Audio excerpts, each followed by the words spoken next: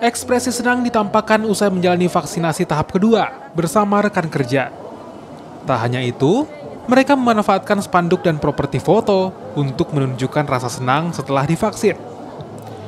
Properti tulisan yang memuat beragam kata seperti tidak takut disuntik dan saya sudah divaksin kamu kapan bergantian digunakan saat dijepret. Foto yang dihasilkan menjadi sarana menyosialisasikan ajakan vaksin di sosial media. Tak lupa, mereka juga menuliskan caption yang mengajak warga untuk berani divaksin dan menangkal hoaks tentang bahaya vaksin COVID-19 bagi kesehatan. Saya sama teman-teman kerja yang lain ikut vaksin. Bagaimana perasaannya sudah vaksin? Rasanya lega. Sakit kah? Tidak sakit sama sekali, Kak. Terus tapi sudah vaksin apa yang didapat? Sertifikat vaksin. Terus tadi sudah vaksin, saya lihat ada foto-foto, kenapa itu?